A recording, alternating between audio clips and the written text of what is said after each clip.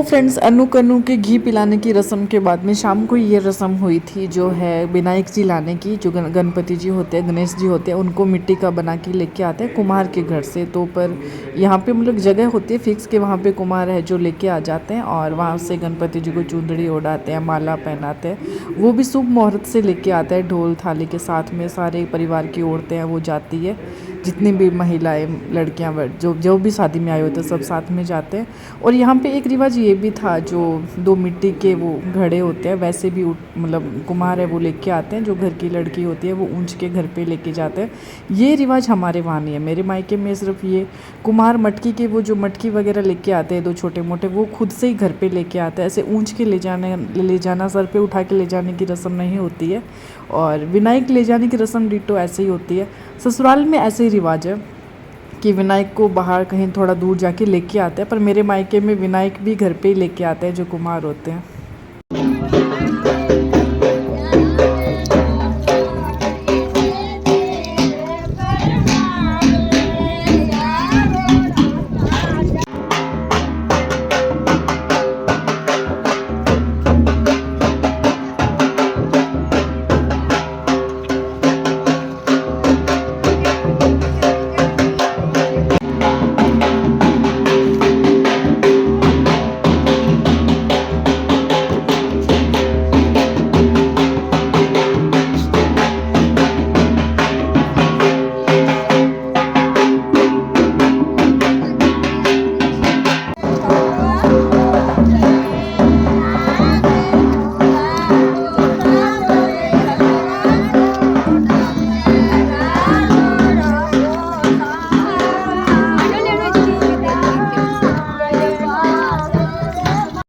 तो फ्रेंड्स इस रस्म को क्या बोलते हैं, मैंने ऐसे व्लॉग में देखा है, कभी दूसरों के व्लॉग में देखा है ऐसे घड़े ऊंच के लाते हैं, पर मुझे इस रस्म का नाम नहीं पता। आपको पता हो तो ज़रूर बताना। फ्रेंड्स तो मैं हो गई हूँ रेडी और मैंने पहनी है ये वाली ड्रेस।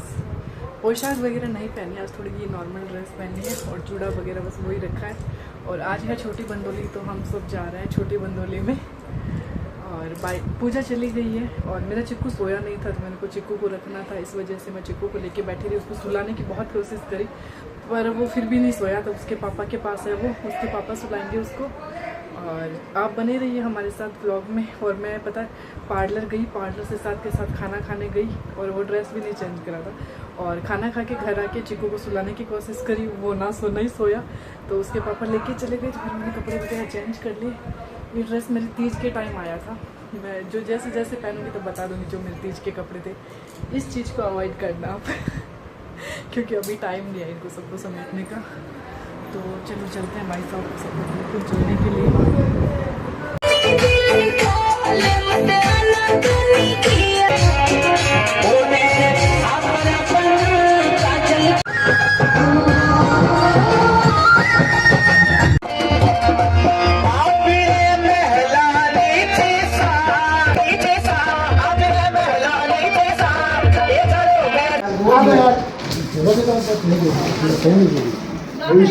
काम कर रहे हैं, पानी भरना सब काम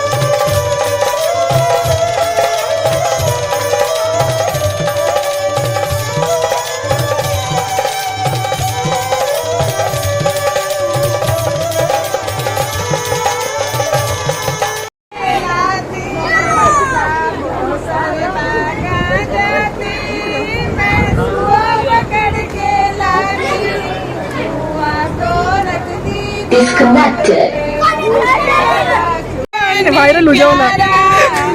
कैसे ले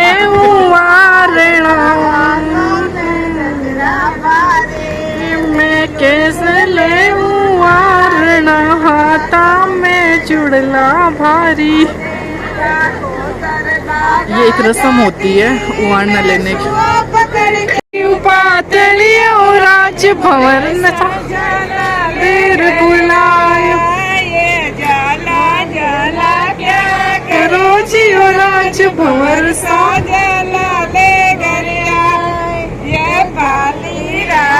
चार में जियो राज भंवर सा फैमिली बोर नीचे लुड़ लुड़ ले जियो राज भंवर सा पड़ो कमर में जोर पियो पातली और राज भंवर से झाला देर बुला।